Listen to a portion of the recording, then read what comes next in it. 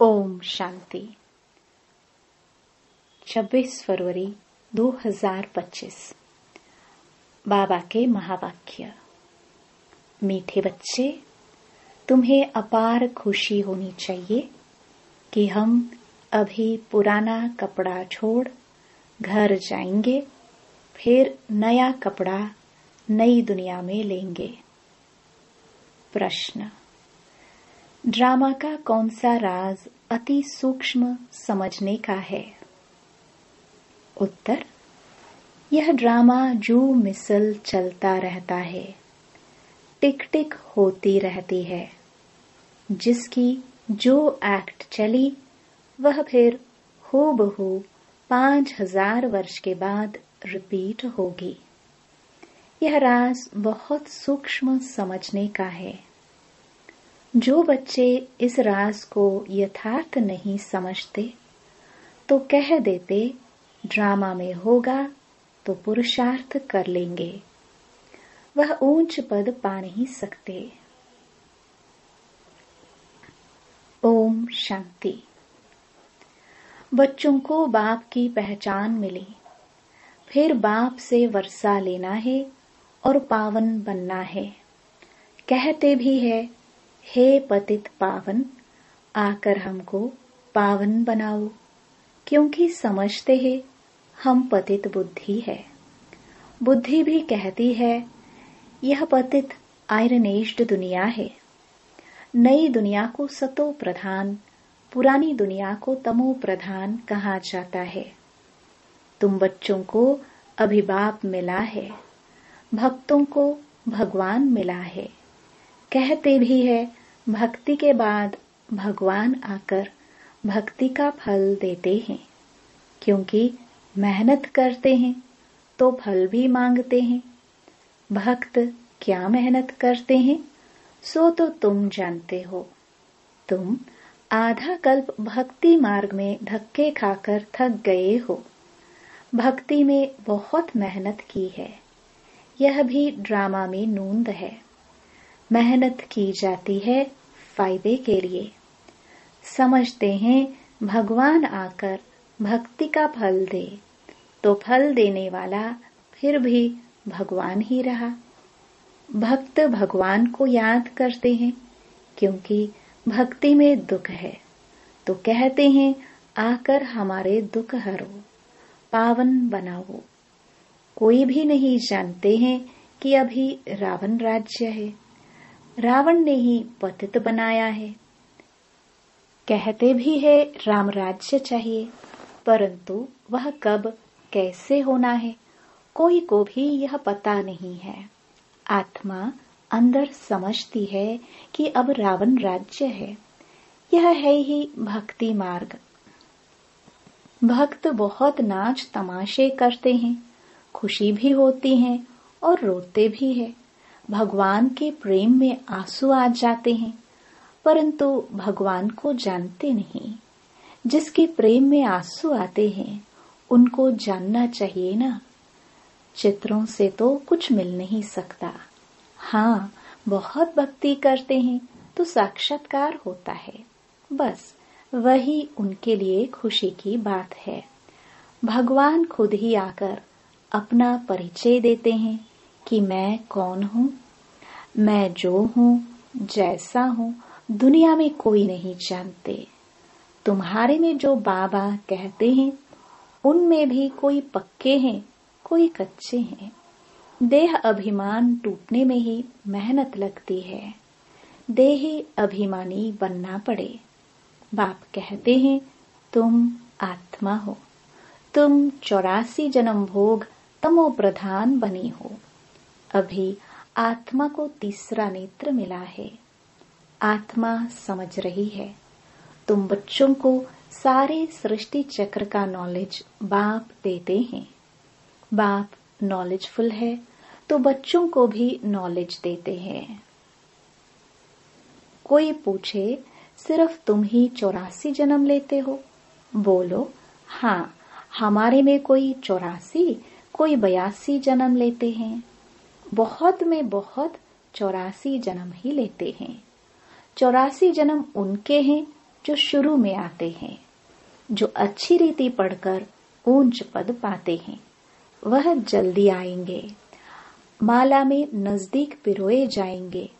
जैसे नया घर बनता रहता है तो दिल में आता जल्दी बन जाए तो हम जाकर बैठे।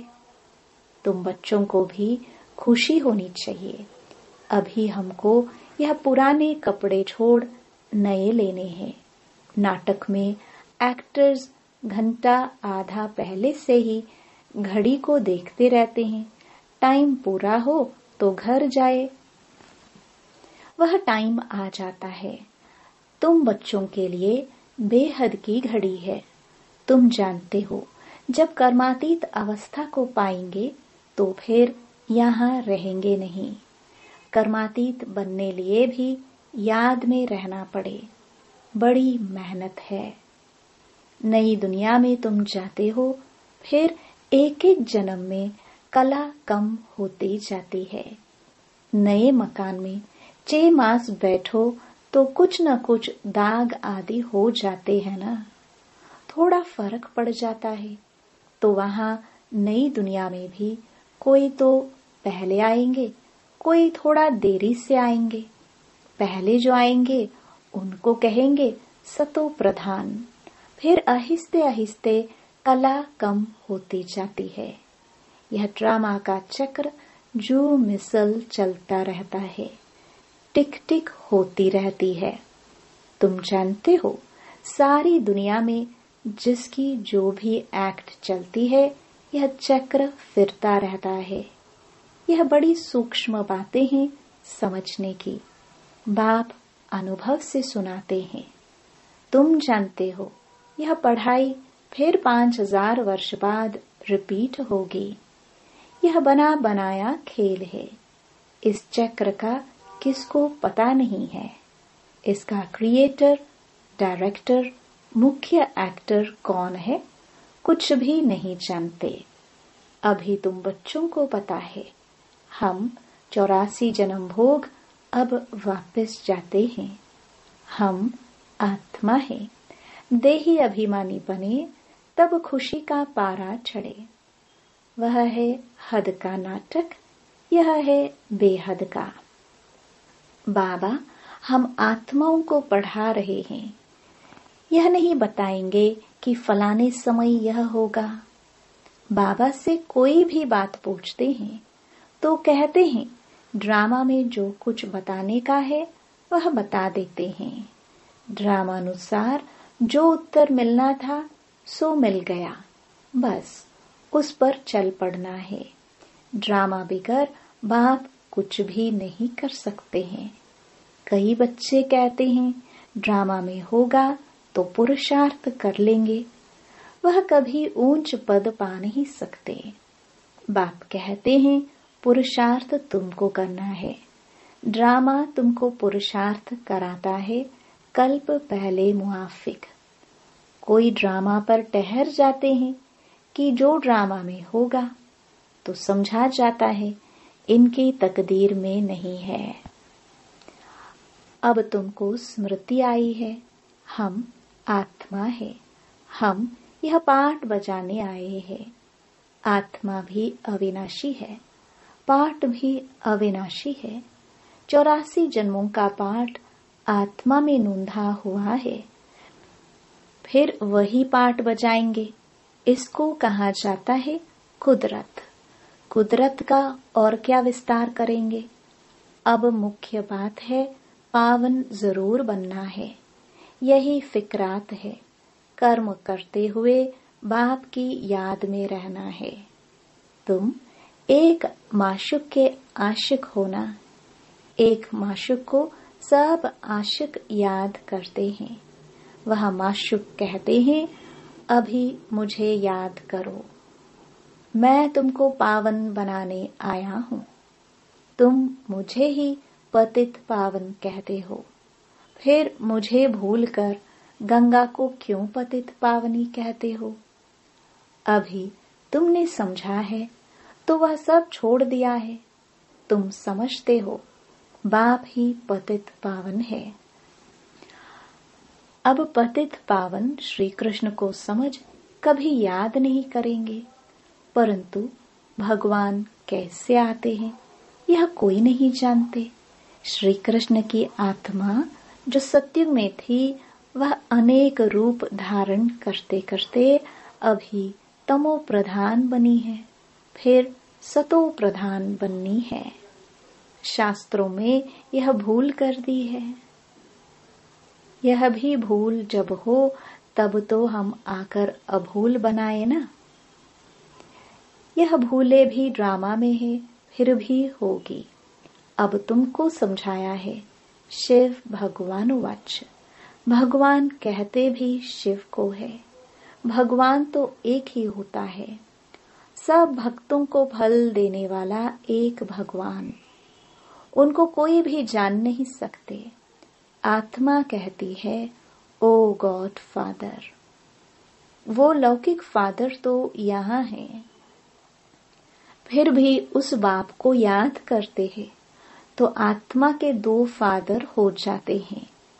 भक्ति मार्ग में उस फादर को याद करते रहते हैं।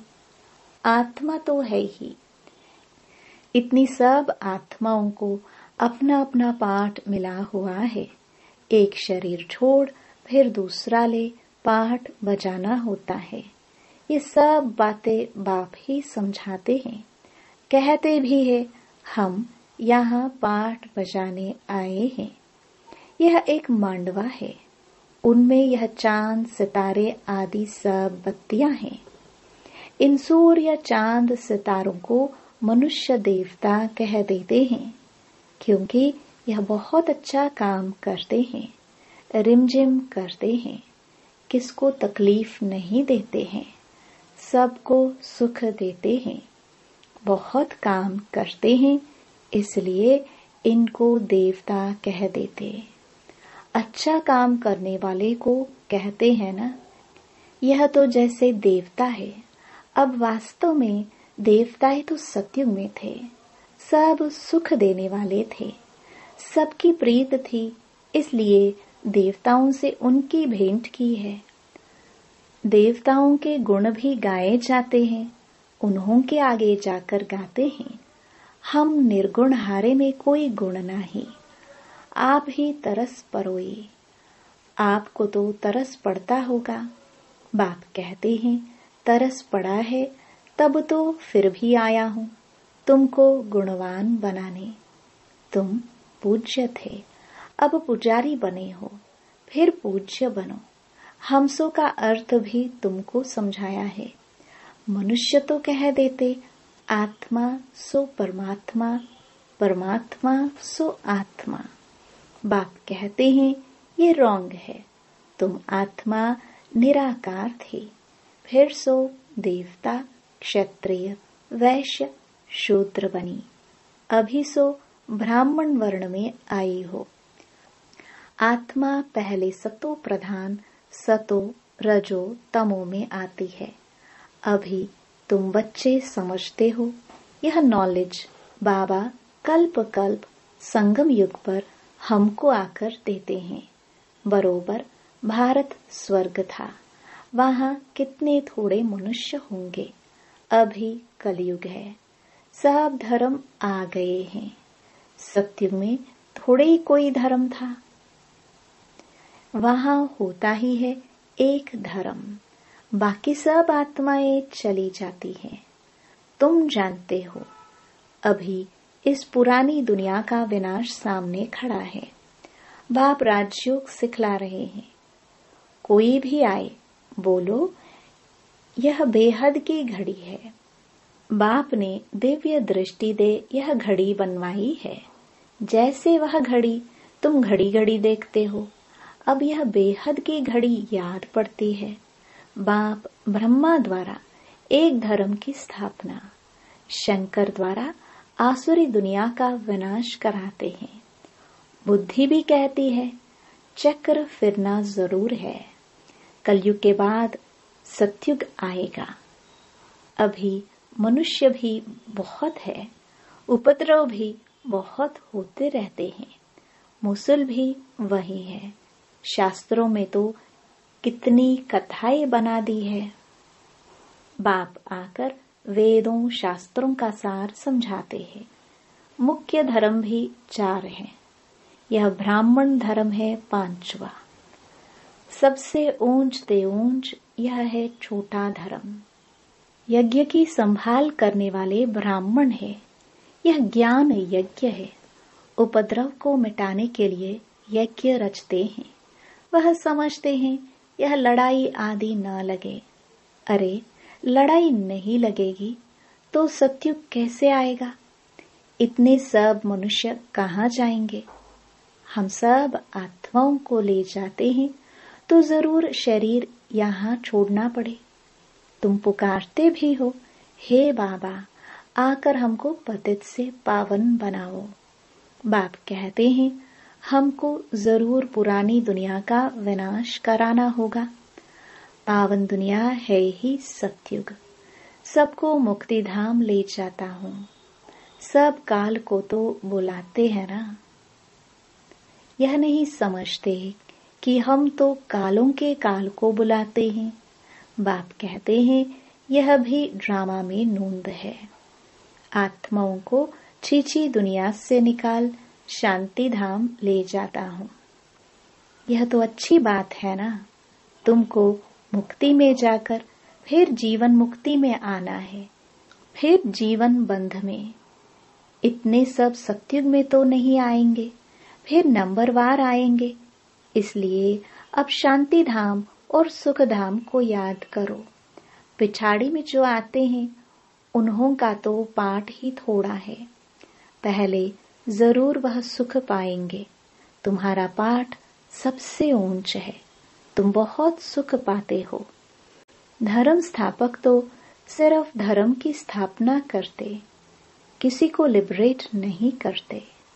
बाप तो भारत में आकर सबको ज्ञान देते हैं। वही सबका पतित पावन है, सबको लिबरेट करते हैं। और धर्म स्थापक कोई सद्गति करने नहीं आते। वह आते हैं धर्म स्थापन करने। वह कोई शांति धाम सुख धाम में नहीं ले जाते। सबको शांति धाम सुख धाम में बाप ही ले जाते हैं। जो दुख से छुड़ाए सुख देते हैं उनके ही तीर्थ होते हैं। मनुष्य समझते नहीं, वास्तव में सच्चा तीर्थ तो एक बाबा का ही है। महिमा भी एक की ही है। सब उनको पुकारते हैं, हे लिबरेटर आओ। भारत ही सच्चा तीर्थ है, जहाँ बाप आकर सबको मुक्ति जीवन मुक्ति देते हैं। तो तुम फिर भक्ति मार्ग में उनके बड़े बड़े मंदिर बनाते हैं। हीरे जवाहरों के मंदिर बनाते हो। सोमनाथ का मंदिर कितना खूबसूरत बनाते हैं। और अभी देखो बाबा कहाँ बैठे हैं? पतित शरीर में, पतित दुनिया में। तुम ही पहचानते हो। तुम बाबा के मददगार बनते हो। औरों को रास्ता बताने में जो मदद करेगा उनको ऊंच पद मिलेगा। यह तो कायदा है। बाप कहते हैं मेहनत करो, बहुतों को रास्ता बताओ कि बाप और वर्षे को याद करो। 84 का चक्र तो सामने है। यह है जैसे अंधों के आगे आईना। यह ड्रामा हूबहू रिपीट होता है। फिर भी मुझे कोई नहीं जानेगा। ऐसे नहीं कि मेरा मंदिर लूटते हैं तो मैं कुछ करूं। ड्रामा में लूटने का ही है, फिर भी लूट जाएंगे। मुझे बुलाते ही हैं पतित से पावन बनाओ, तो मैं आकर तुम बच्चों को पढ़ाता हूँ। ड्रामा में विनाश की भी नूंद है, सो फिर भी होगा। मैं कोई फूंक नहीं देता हूँ कि विनाश हो जाए। यह मूसल आदि बने हैं, यह भी ड्रामा में नूंद है। मैं भी ड्रामा के बंधन में बंधा हुआ हूँ। मेरा पाठ सबसे बड़ा है, सृष्टि को बदलना, पतित से पावन बनाना। अब समर्थ कौन, मैं यह ड्रामा रावण को भी ड्रामा अनुसार आना ही है। जो नॉलेज मेरे में है वह आकर देता हूं। तुम शिव बाबा की सेना हो, रावण पर जीत पाते हो। बाप कहते हैं सेंटर्स खोलते रहो। मैं आता हूं पढ़ाने, मैं कुछ लेता नहीं हूं। पैसे जो कुछ है वह इसमें सफल करो। ऐसे भी नहीं सब खलास कर भूख मरो। भूख कोई मर नहीं सकता। बाबा ने सब कुछ दिया, फिर भूख मरते हैं क्या? तुम भूख मरते हो क्या? शिव बाबा का भंडारा है। आजकल तो दुनिया में देखो कितने मनुष्य भूख मरते रहते हैं। अभी तुम बच्चों को तो बाप से पूरा वर्षा लेने का पुरुषार्थ करना है। यह है रूहानी नेचर क्योर। बिल्कुल सिंपल बात, सिर्फ मुख से कहते हैं मन मना भव।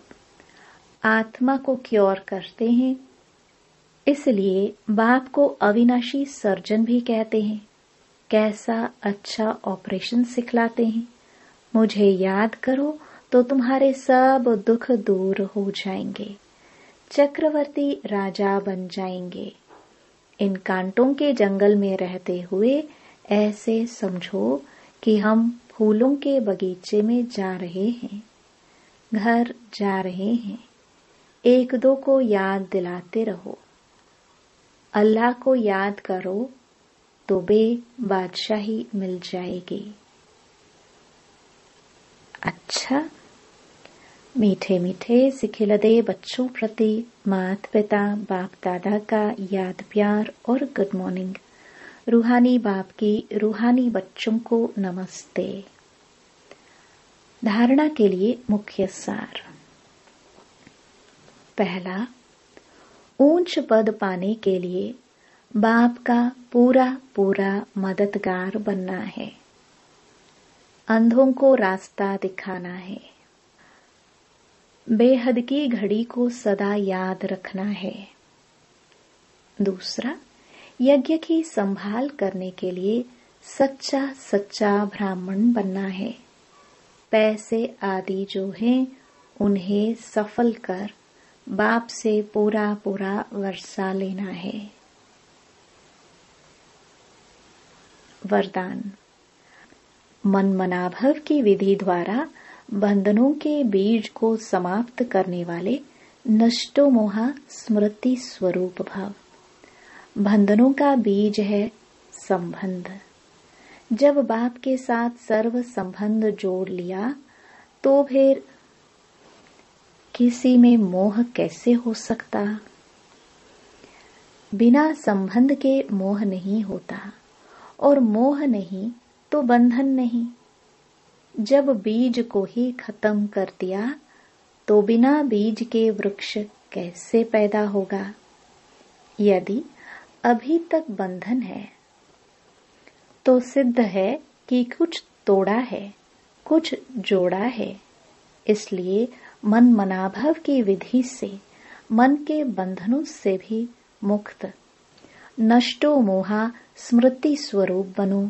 फिर यह शिकायतें समाप्त हो जाएंगी कि क्या करे, बंधन है, कटता नहीं। स्लोगन। ब्राह्मण जीवन का सांस उमंग उत्साह है। इसलिए किसी भी परिस्थिति में उमंग उत्साह का प्रेशर कम न हो। अव्यक्त इशारे। एकांत प्रिय बनो, एकता और एकाग्रता को अपनाओ। जितना सेवा की हलचल में आते हो उतना बिल्कुल अंडरग्राउंड चले जाओ। कोई भी नई इन्वेंशन और शक्तिशाली इन्वेंशन अंडरग्राउंड ही करते हैं। तो एकांतवासी बनना ही अंडरग्राउंड है। जो भी समय मिले इकट्ठा 1 घंटा व आधा घंटा समय नहीं मिलेगा, लेकिन बीच में 5 मिनट भी मिले तो सागर के तले में चले जाओ। इससे संकल्पों पर ब्रेक लग सकेगी। फिर वाणी में आना चाहेंगे तो भी नहीं आ सकेंगे। ओम शांति।